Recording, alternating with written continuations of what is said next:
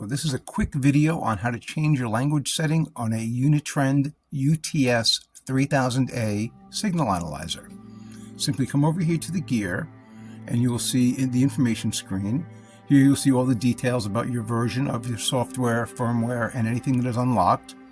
Come over here to setting and you'll see language.